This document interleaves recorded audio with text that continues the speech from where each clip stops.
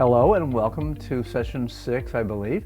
We're going to be working today on the whole concept of what we call cognitive behavioral therapy as applied to building resilience in ourselves and our children.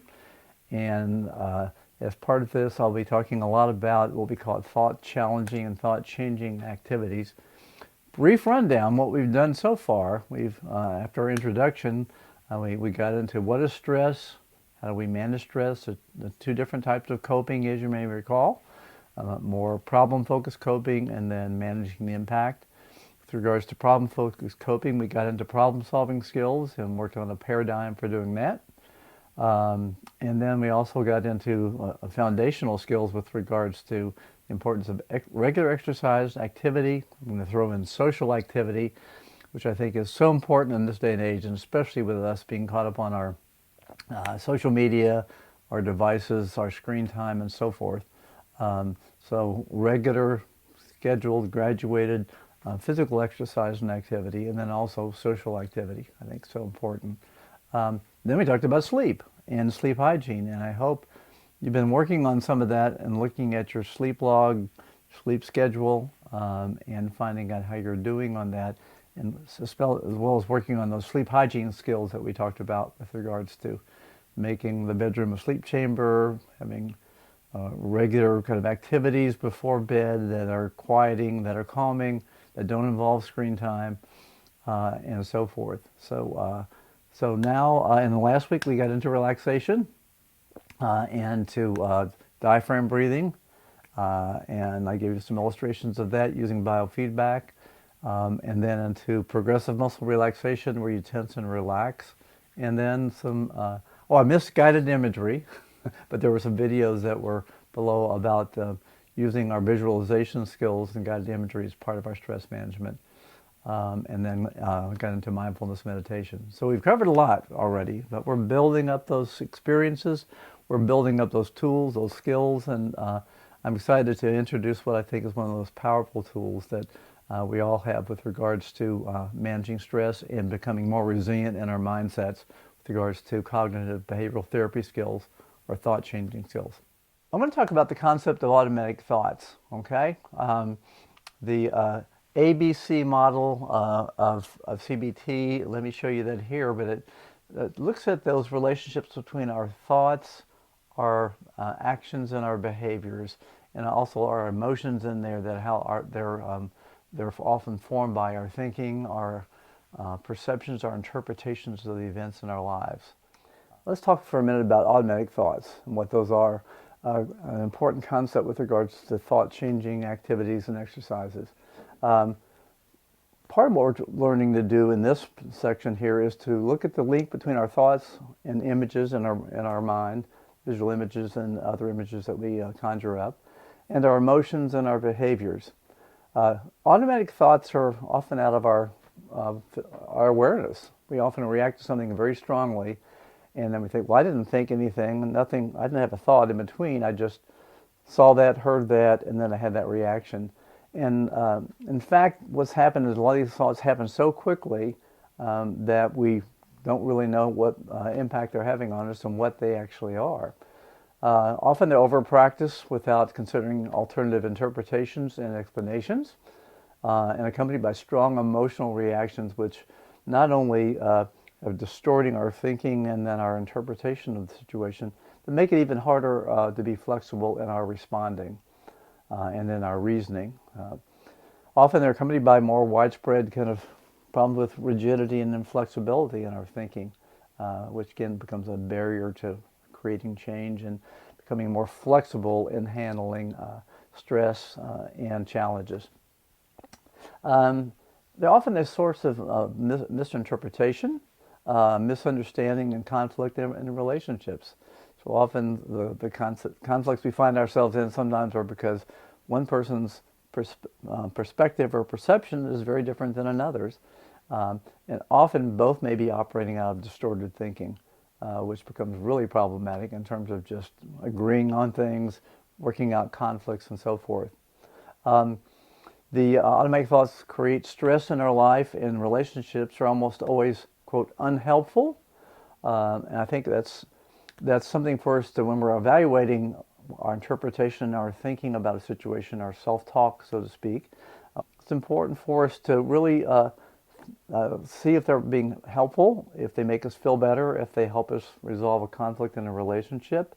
And if we can't meet those criteria, often that thought is then subject for consideration for changing that thought, challenging that thought, which we'll talk about more in a minute. A little hint here developmentally, associating words with our thoughts, which is verbal mediation, is a developmental task. Often think about the toddlers when they're playing, and they're talking. I know with my grandchildren, my own children and my grandchildren, they'll be playing and just talking out loud and just narrating everything going on. Well, that verbalization is part of how we internalize those thoughts, those skills, those behaviors. And so this is an important part of development. It's a natural thing. It's our narrating. We often do it when we're doing a new skill. I know if I'm trying something I haven't worked on before, I'm often, well, I take this part, put it here. Now I need to make sure I do that. Narrating again, almost like, a toddler does in learning a new skill. So these automatic thoughts play a very important role in terms of our interpretations and our reactions in our life. I'm showing you a picture here of essentially it's an iceberg. But what it's meant to illustrate is how our thoughts and feelings and behaviors go together. So our behaviors are what we can observe. Okay, we see someone behaving, getting into a car. That's the behavior we just observed. And then there may be the feelings or emotions that emerge too, that may be near the surface. So we can say, well, that person looked upset when he got into the car. Something must have happened that upset them. But what we can't see, the part well below the bottom of the iceberg, are those thoughts. What kinds of things are going on in terms of their cognitive interpretation of their day-to-day experiences. So that's part of what we do with CBT and with thought changing, is to look at what those underlying thoughts, belief systems, there's a word called schema, and that's a very kind of involved, developed belief system that we often have, that we operate out of, again, often automatically without understanding it or being aware of it. And part of what we do in this program is to work on becoming aware of that so that we can determine if it's working for us or against us. There are some general types of thinking errors or distorted thinking. With kids, we call it stinking thinking, okay? But thinking patterns that get us in trouble, that misinterpret situations, that distort reality at times. So I'm going to run through a few of these. They're kind of fun. One is hopeless thinking. And this is a kind of thinking where one might think, I'll never get better. Let's say in the situation of having a medical issue or a chronic illness. Nothing helps. Nothing's going to make me better. So that, people may try to reassure or to make suggestions and so on. But if a person gets stuck in that thinking, no, nothing helps. Nothing's going to make this better. Next is catastrophic thinking. I like this one. And in the work I've done with chronic pain, catastrophic thinking is quite powerful and quite communicative. In other words, if one person in the room basically goes into panic and thinks the worst about something and verbalizes it, that's very contagious to other people. And that one thing we'll talk about when we talk about communication and relationships is how these things can play out for especially parents and children and parents and teens. Seen this a lot in our work with chronic pain and chronic illness. Catastrophic thinking is something like, my head hurts so bad right now. What if I get a brain tumor? What if it's inoperable? What if it's malignant? Often accompanied by a vivid image of the worst case scenario happening.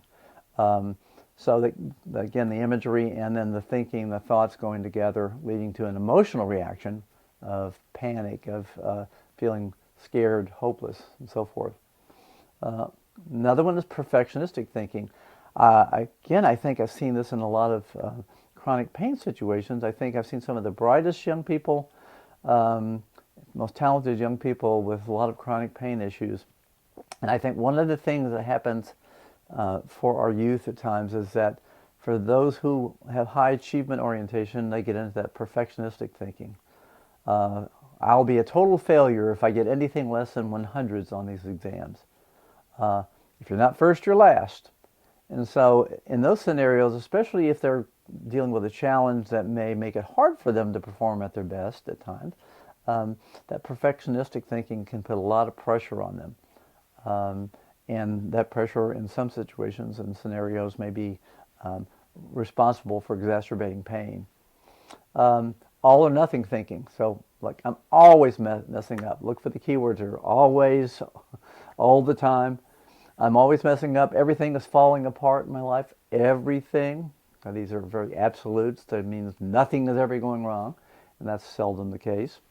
Nothing ever goes right for me. And again, why should I try? Nothing's gonna go well. So again, that all or nothing thinking, and some of these really overlap when we look at them. Assuming the worst thinking, okay, that's example. My teacher didn't give me my makeup work, so I know he just wants me to fail. That's it. He didn't care about me. My friends didn't invite me. They obviously don't like or care about me anymore. And you can see how that thinking then leads to certain feelings and then avoidant behaviors and then behaviors that may actually become self-fulfilling prophecies. So isolating oneself because you're preoccupied with thinking that people are rejecting you. So we'll get into these both in terms of how we deal with them behaviorally and how we deal with them feeling-wise. Mind reading, that's a good one. I have a PhD in child psychology, but I can't mind read, okay? I'd like to be able to. No, I don't think I would. But anyway, things like everyone's staring at me. They must think that I sound stupid. I'm going to shut up. Think about that for a minute. I remember a young lady talked about she got back to school after a period of illness, was walking down the hallway and felt like people were staring at her and talking behind her back and assumed it was all negative talk about her, references to her, her medical issue and her absence, but not until she actively checked out with her former friends that she hadn't seen for a while and re-engaged did she find out there was more concern than there was any rejection. But that mind reading gets to be, a problem for all of us in terms of relationships. We think we know what people are thinking, and then we operate on that. Often then with that a lack of concurrence between the reality and what we're thinking leads to problems.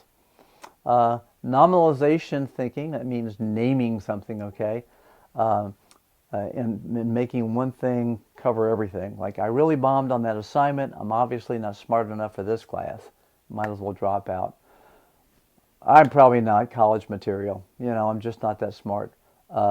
Math phobia. I've seen so many kids with concerns about math, and they get so anxious about it, and that affects their performance. But I'm just not good at math. I don't have a math brain.